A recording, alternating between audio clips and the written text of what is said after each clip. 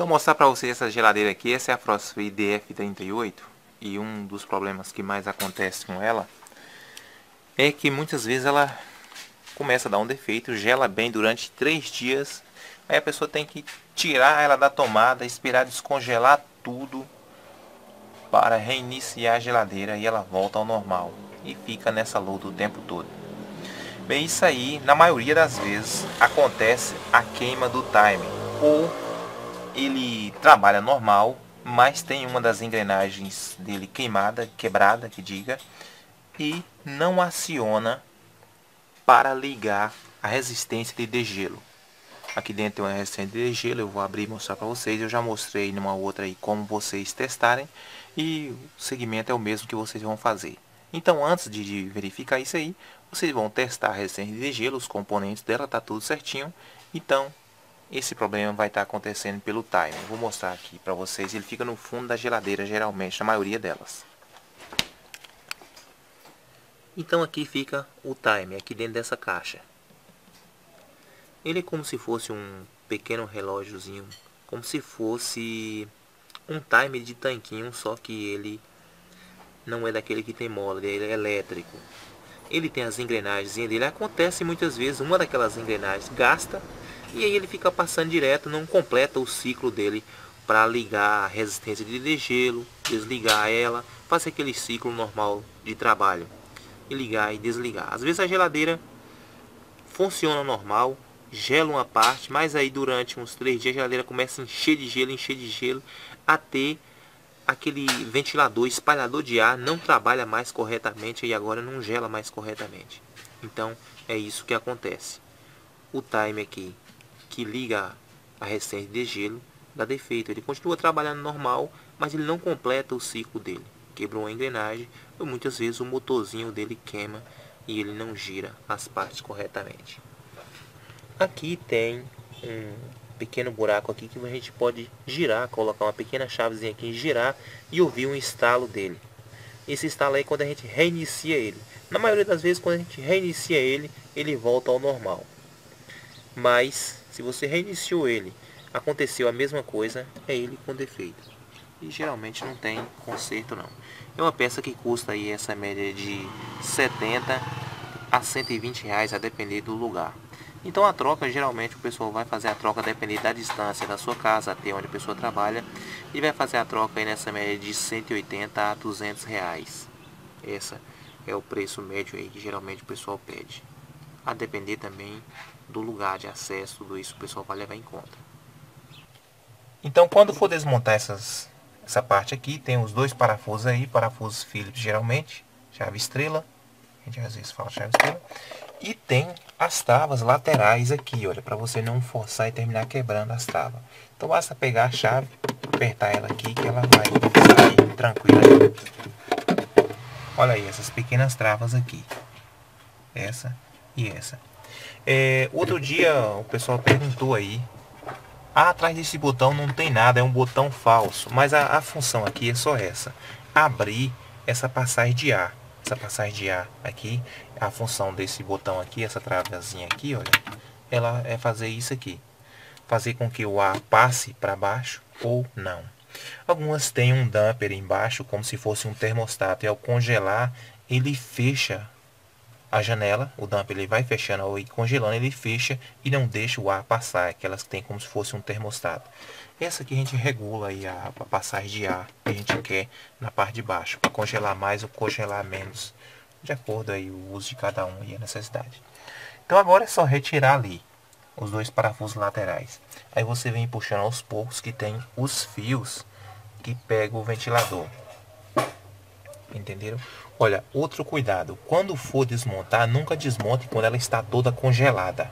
Espere descongelar, porque essa parte gruda e você pode puxar e terminar arrebentando os canos ou fiação, e aí termina vazando. Então espere descongelar para você fazer essa desmontagem.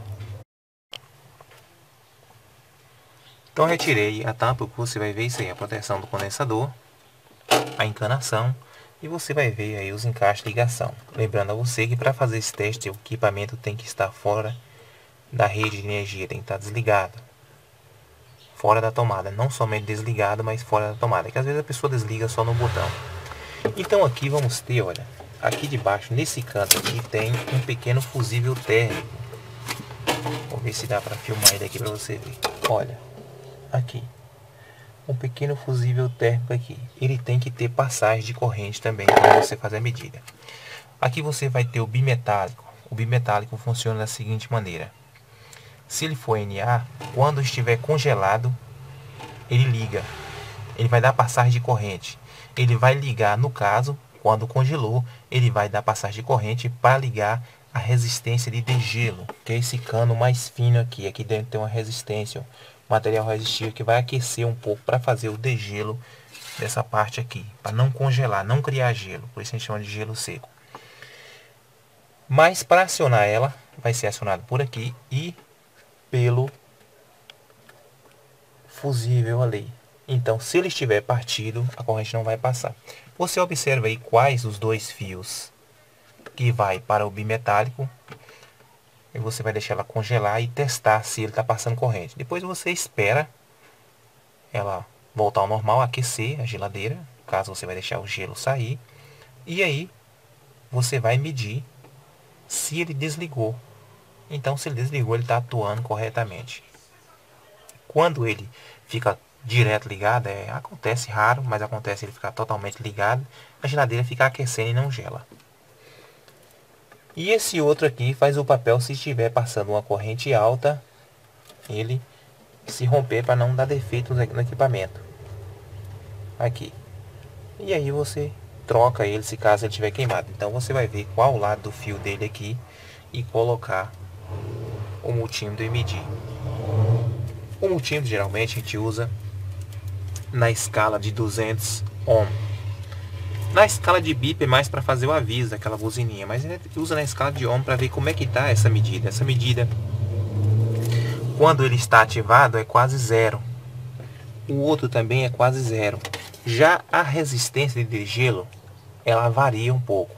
Essa média de 180 aí para 220 e essa média de 80 a 120 para os modelos 110.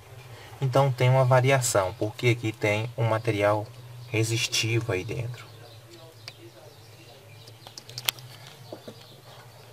Então essa é a medida dela, 182 ohm. Então a corrente que vai passar aí será a tensão de 220 dividida por 182 ohms. Essa será a corrente que vai passar por aí para fazer o aquecimento e fazer o degelo. Aqui vocês vão observar, cada um desses tem um par de fio, e vocês vão observar e fazer também a medida. Esse aqui pode até colocar no bip ali e ver.